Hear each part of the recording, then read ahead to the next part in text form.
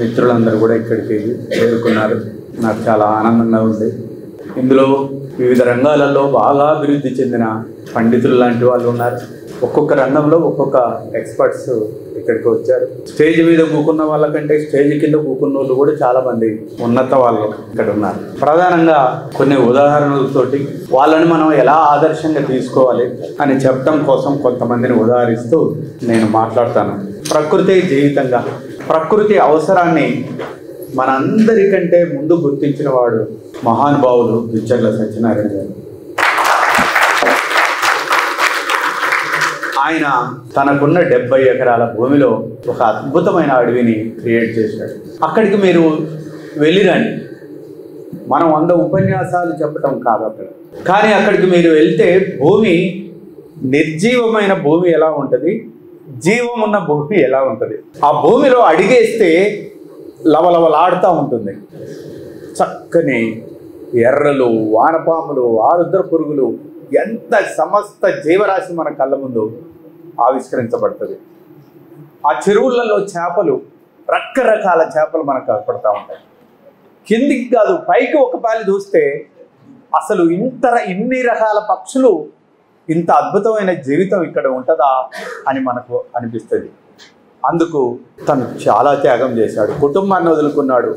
పిల్లవాడు నువ్వు ఎలా బతుకుతావో నాకు అనవసరం రా, వెళ్ళిపో, నాకు ఇదే జీవితం అని ఓ చెట్టు కింద ఇన్ని సంవత్సరాలుగా జీవించి ఓ 70 ఎకరాల భూమిలో ఒక అద్భుతమైన అడవిని సృష్టించిన మహానుభావుడు, మనకు అందరికీ ఆదర్శపాయుడు దుచ్చర్ల సత్యనారాయణ గారు. ఈయనని కొలవటానికి ఏ పద్మశ్రీ ఇస్తేనో పద్మ విభూషణ్ ఇస్తేనే అవన్నీ కూడా చాలా చిన్నవి. ప్రకృతిని సరిగా అంచనా చేసే ప్రభుత్వాలు లేకపోవటం వల్ల ఆయనకు పద్మశ్రీయో పద్మ విభూషణో రాలేదు. కాబట్టి ప్రకృతిని ప్రేమించేవాడు అధికారంలో ఉంటే ఆయన అత్యున్నతమైన స్థానంలో ఈరోజు ఉండేవాడు. ఇక లావణ్య కూర్చున్న రైతు, మనమందరం ఏం చేశాం?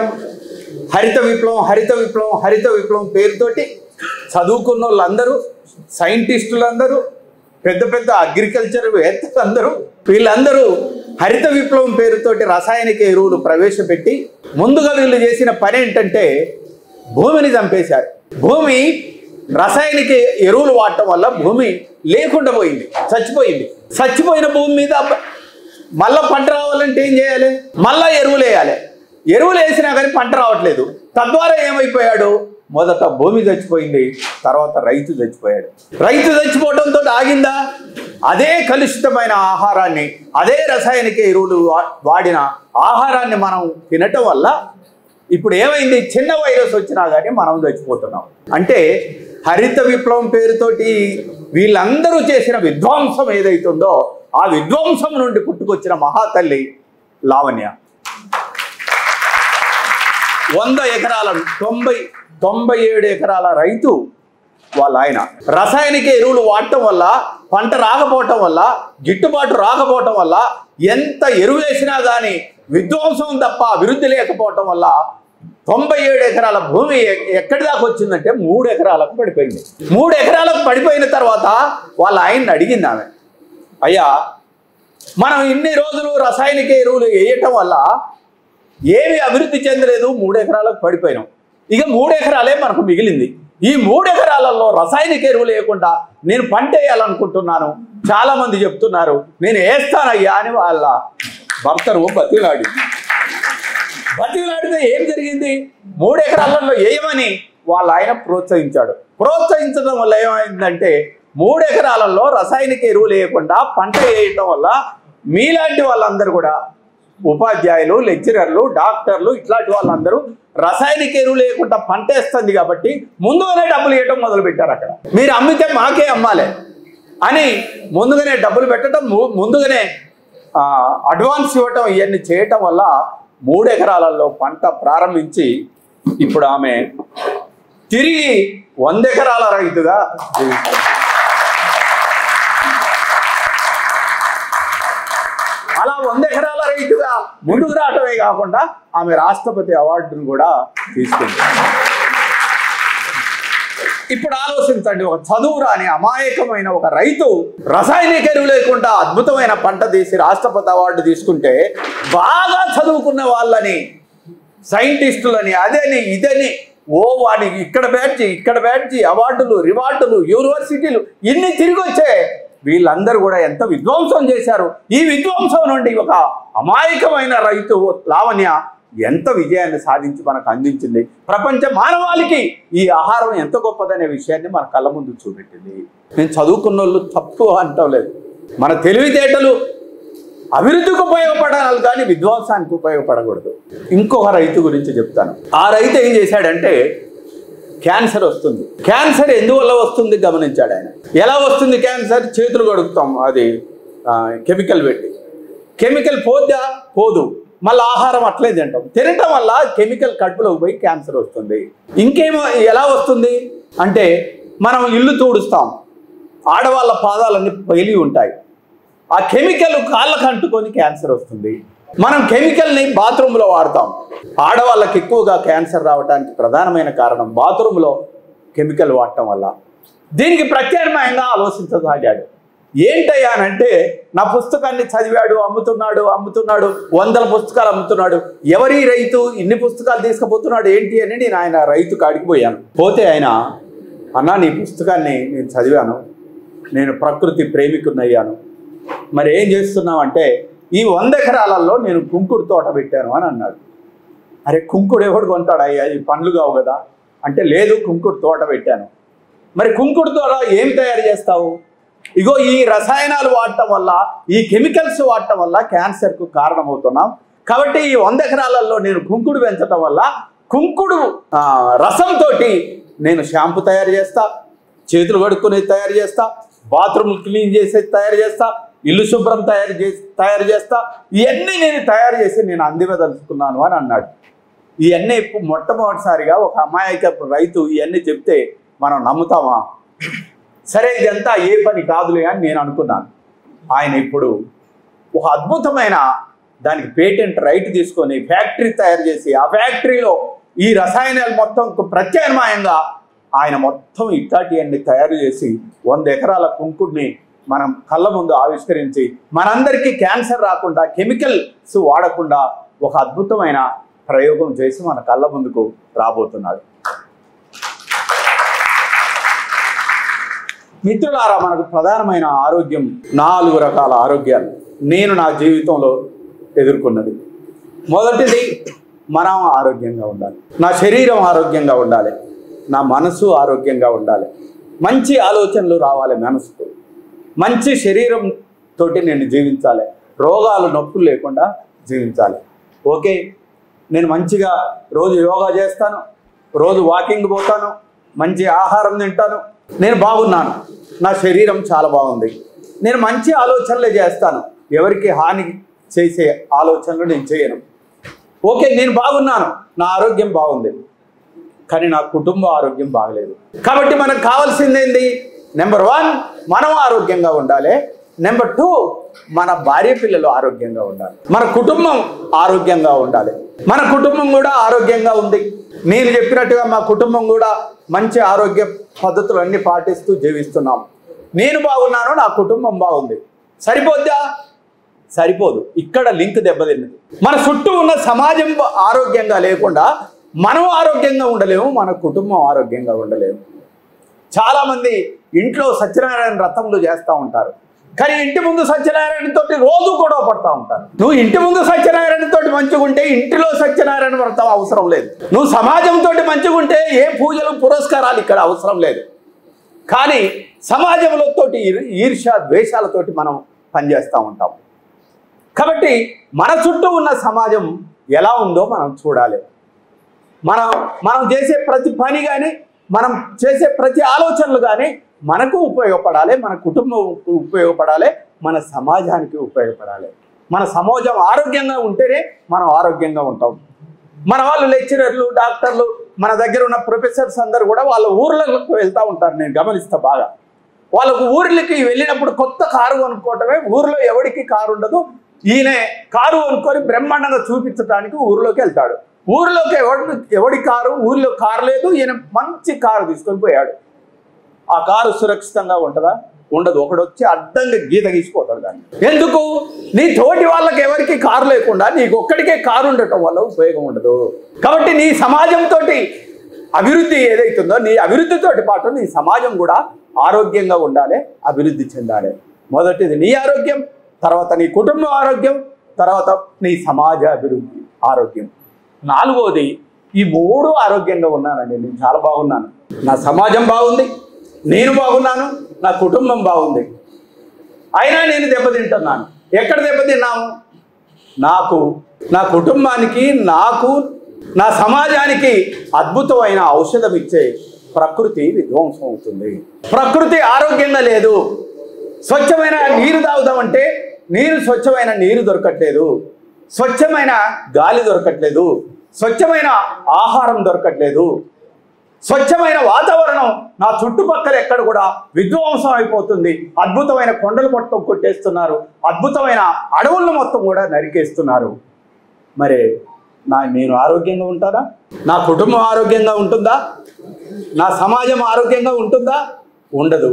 కాబట్టి నా ఆరోగ్యంతో పాటు, నా కుటుంబ ఆరోగ్యంతో పాటు, నా సమాజ ఆరోగ్యంతో పాటు ప్రకృతి కూడా ఆరోగ్యంగా ఉండాలి.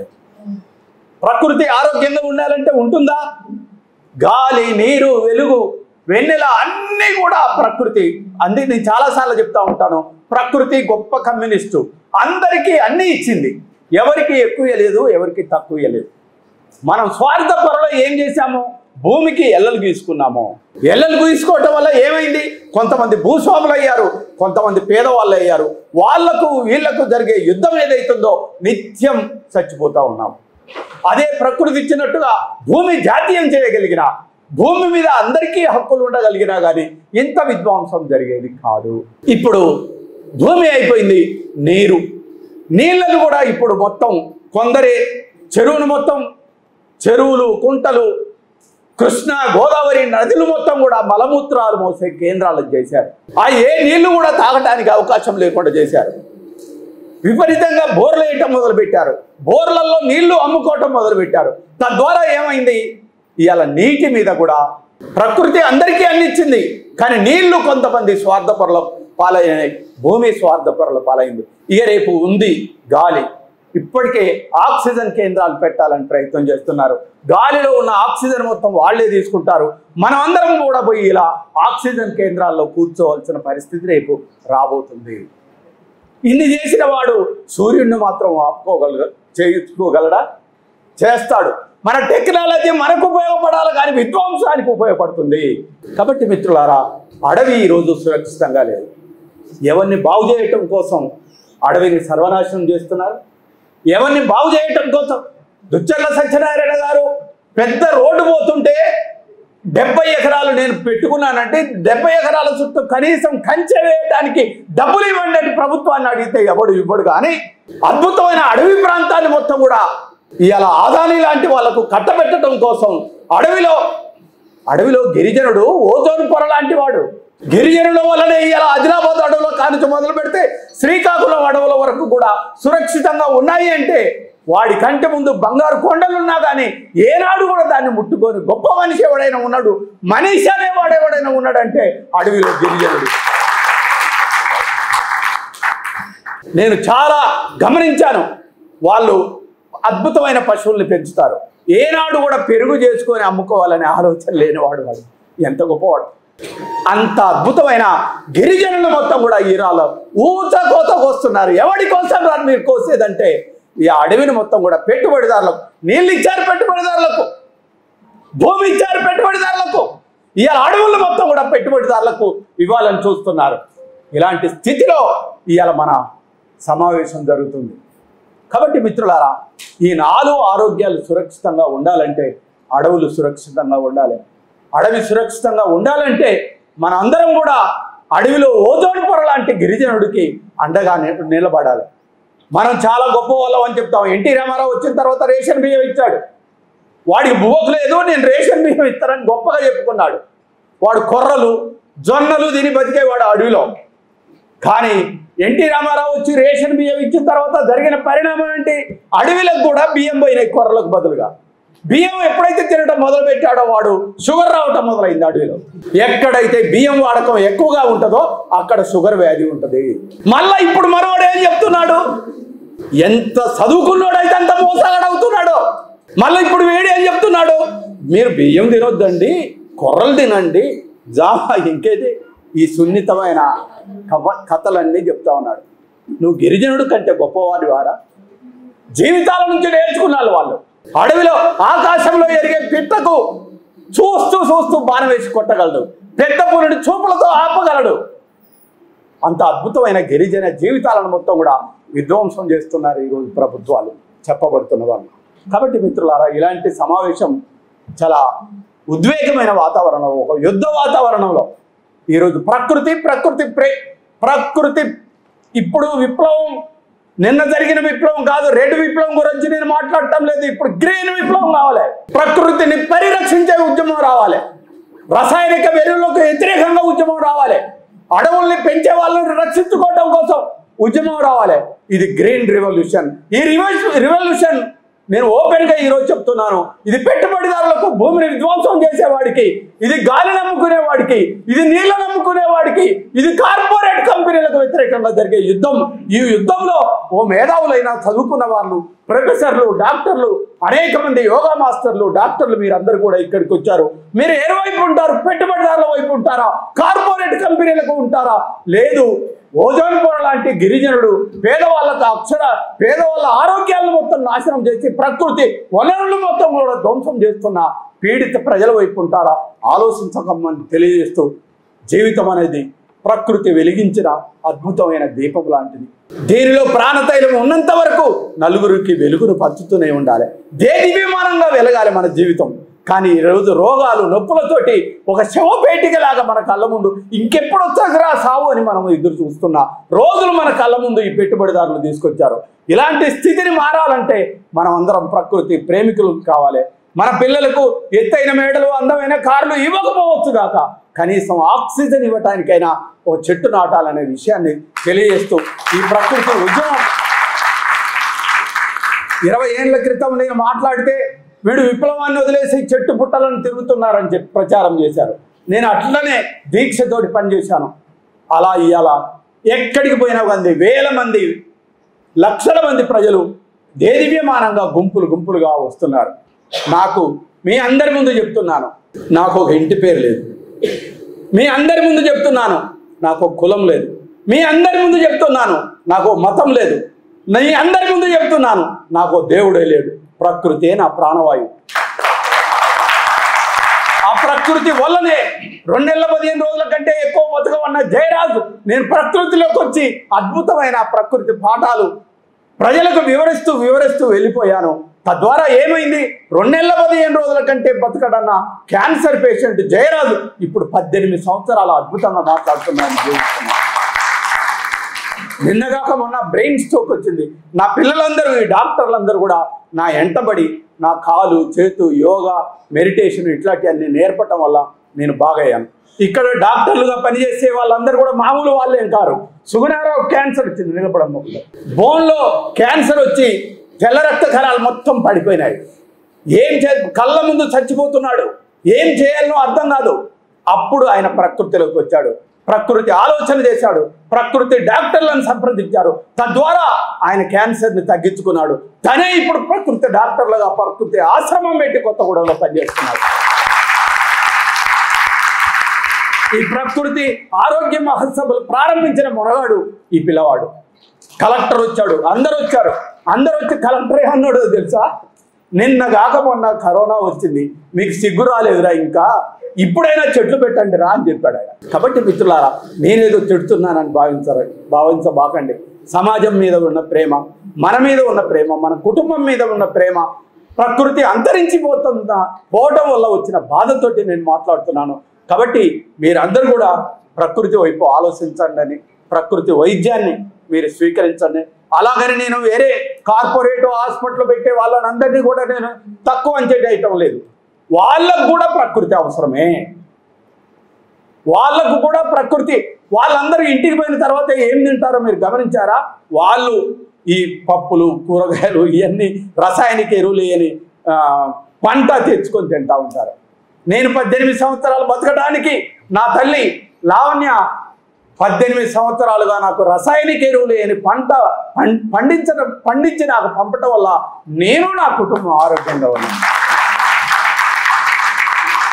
నేను 18 సంవత్సరాలు ఆరోగ్యంగా ఉండటానికి ప్రధానమైన కారణం పద్మారెడ్డి అద్భుతమైన ఆయన షాంపూ కానించి మొదలు పెడితే నేను, నా కోడలు, మా కుటుంబం అందరం కూడా ఆ షాంపూలు వాడటం వల్ల మేము క్యాన్సర్కు దూరం అయ్యాము. నేను 18 సంవత్సరాలు ఆరోగ్యంగా ఉండటం వల్ల నెలకొక్క రోజు 2 నెలలకు రోజైనా నేను దిచ్చల్ల సత్యనారాయణ అడవికి పోయి ఆక్సిజన్ తీసుకొని రావటం వల్ల నేను ఆరోగ్యంగా ఉన్నాను. ఇవాళ మీ అందరికీ ప్రధానమైన క్యాన్సర్ రావడానికి ఇంకో ప్రధానమైన కారణం ప్లాస్టిక్. దాని గురించి వివరించడానికి నాకు టైం సరిపోదు. కానీ ప్లాస్టిక్ ఎందువల్ల వస్తుంది? వాటర్ బాటిల్, మనోళ్ళు వాటర్ బాటిల్ పెట్టకుండా గ్లాస్ పెట్టారు, ఎంత గొప్ప విషయం. అరే చైతన్యం ఇక్కడి నుంచి కదా రావాల్సింది.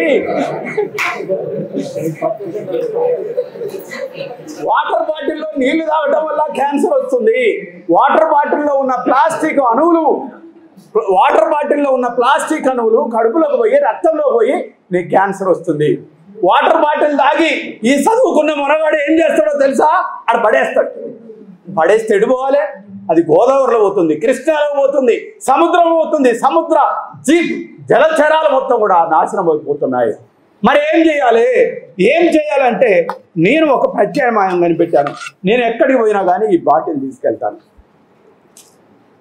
మా ఆవిడ చాలా ప్రేమతోటి చలికాలం అయితే వేడి నీళ్ళు, వేడి కాలం అయితే చలి నీళ్ళు పెడతా ఉంటుంది. నేను ఈ బాటిల్ని పడేస్తానా? పడేయను. తద్వారా నేనున్న ప్రాంతం సురక్షితంగా ఉంటుంది. నేను పర్యావరణను కాపాడుతూ ఉంటాను. ఇక మన వాళ్ళందరూ ఇవాళ నాకు తెలియదు ఎంకన్నా ఏం పెట్టిండో కానీ నాకు కొంచెం అనుమానమే ఉంది. మనం అందరం ఫంక్షన్లో పోతే వాడు పెట్టుబడిదారుడు ఎంత గొప్పోడంటే కింద అద్భుతమైన అరిటాకులాగా ఉంటుంది, దాని మీద ప్లాస్టిక్ కాగితం ఎత్తాడు. వేడి అన్నం దాని మీద పడంగానే ఆ ప్లాస్టిక్ కరిగి కడుపులోకి వెళ్ళి క్యాన్సర్ వస్తుంది. ఎంత విధ్వంసం అండి. ప్రతి ఇంటికి క్యాన్సర్ పేషెంట్ ఉండటానికి ప్రధానమైన కారణం మనం తినే ప్లాస్టిక్ ప్లేట్ల వల్ల వస్తుంది. మరి ప్లాస్టిక్ ప్లేట్ తిని ఏం చేస్తాడు ఈ మనగాడు? ఆడ పడేస్తే ఈరోజు పశు జాతి మొత్తం అంతరించిపోతానికి ప్రధానమైన కారణం నువ్వు తిని పడేసిన ప్లాస్టిక్ ప్లేట్ల వల్ల. వీడు పోలేరమ్మ జాతరకు పోతా గుట్ట మీదకి పోతాడు, పోయి అక్కడ జాతరలో ప్లాస్టిక్ ప్లేట్లో అన్నం తిని ఆడ పడేయటం వల్ల ఏమవుతుంది? అక్కడ లేళ్ళు దుప్పులు మొత్తం కూడా ఆ ప్లాస్టిక్ కాగితాలు తిని ఇవాళ అడవిలో జంతుజాలం మొత్తం అంతరించిపోతుంది. దీనికి ప్రత్యామ్నాయం ఏంటి? మరి మీరేం చేస్తారన్నా అంటే నేను ఎక్కడికి పోయినా ఇట్లా ప్లేట్ తీసుకొని పోతాను. ఈ ప్లేట్లో తిన్న తర్వాత నేను ఈ ప్లేట్ పడేస్తానా? పడేయను. కాబట్టి ప్రకృతిని సురక్షితంగా ఉంటాను. ఈ ప్లేట్ పెట్టుకోవడానికి, ఈ బాటిల్ పెట్టుకోవడానికి ఈ బ్యాగ్ తీసుకెళ్తాను. ఎవరైనా పండ్లు పొలాలు అన్నా తినమంటే ప్లాస్టిక్లో తీసుకోకుండా ఈ బ్యాగ్లో తీసుకుంటాను. దీంట్లో ఒక పుస్తకాన్ని కూడా నేను రాసిన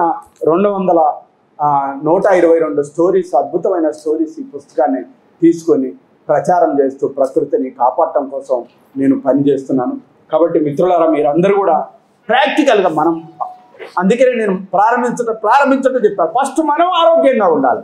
మనం ఆరోగ్యంగా ఉండాలంటే ఏం తినాలి, ఏం తినకూడదు, ఎలా జీవించాలో నేర్చుకుందాం. తర్వాత మన కుటుంబం ఆరోగ్యంగా ఉండాలి, తర్వాత సమాజం ఆరోగ్యంగా ఉండాలి, తర్వాత ప్రకృతి వనరులు మొత్తం కూడా మనం కాపాడాలి. భవిష్యత్ తరాలు మహాత్మా గాంధీ ఏమంటాడు? మన పూర్వీకులు ఎలా ప్రకృతిని మనకు అందించారో మనం మన పిల్లలకు అలా ప్రకృతిని అందించాలి అని చెప్తాడు మహాత్మా గాంధీ. మార్క్స్ ఏం చెప్తాడు? ఎంగిల్స్ ఏం చెప్తాడు? నువ్వు ప్రకృతిని విధ్వంసం చేస్తావో అంత 10 రెట్లు నేను విధ్వంసం చేస్తుంది ప్రకృతి అని చెప్తాడు. కాబట్టి మిత్రులారా, బాబాసాహెబ్ అంబేద్కర్ ఇంటి ముందు కూర్చొని చేతి గోర్లు తీసుకుంటా ఉంటాడు. తీసిన తర్వాత ఒక తెల్ల కాగితంలో పొట్లం కడతా ఉంటాడు. భార్య వచ్చి అడుగుద్ది, ఏమండి ఈ చేతి గోళ్ళను ఇంత పొట్లం కడుతున్నావు ఎందుకు అని అడుగుతాడు. ఆయన ఏమంటాడో తెలుసా? ఈ గోర్లని విత్తనాలు అనుకొని పావురాలు దీని గొంతులో పడి చచ్చిపోతాయేమో అని అంటాడు. ఎంత సెన్సిటివ్గా భారత రాజ్యాంగం తయారు చేశారు. ప్రకృతి వనరులు మొత్తం కాపాడాలని అంత గొప్ప రాజ్యాంగం రాస్తే మనం రాజ్యాంగాన్ని పాటించాం. కాబట్టి మిత్రులారా, ప్రకృతిని కాపాడితేనే మనం సురక్షితంగా ఉంటాం. ఈ ప్రకృతిని కాపాడటంలో మీ అందరూ కూడా మీ శక్తి వంచన లేకుండా ముందుకు పోతారని తెలియజేస్తూ ఈ ఆరోగ్య మహాసభలు వెంకన్న నాయకత్వంలో పెద్ద ఎత్తున జరుగుతున్నాయి. చాలామంది గొప్ప వాళ్ళు ఇందులో ఉన్నారు. వరలక్ష్మి ఒకవేళ ఈ అమ్మాయి గొప్పతనం ఏంటంటే ఎలాంటి అభూత కల్పన లేకుండా మారిన సమాజానికి ఆడుతూ పాడుతూ యోగా ఎలా చేసుకోవాలనో చిన్న పసిపిల్లల కానుంచి వృద్ధుల వరకు వేలాది మందిని ప్రభావితం చేస్తూ యోగా నేర్పుతున్న ఒక ఇంటర్నేషనల్ యోగా మాస్టర్ వరలక్ష్మి. ఆమె ఈ ఉద్యమంలో మహిళల తరపున ఒక ప్రధాన పాత్ర పోషిస్తూ ఈ ఉద్యమాన్ని నడుపుతుంది. ఇంకా కరీంనగర్, ఆదిలాబాదు, నిజామాబాదు ఈ ప్రాంతాలలో కూడా ఆరోగ్య మహాసభలు జరిగి ప్రకృతిని పరిరక్షించే ఉద్యమాన్ని మీరందరూ కూడా చేయూతనిస్తారని తెలియజేస్తూ మీ అందరికీ ఈ జీవితం ప్రకృతికి మీకు అందరికీ రుణపడి ఉంటుందని తెలియజేస్తూ నేను ముగిస్తున్నాను.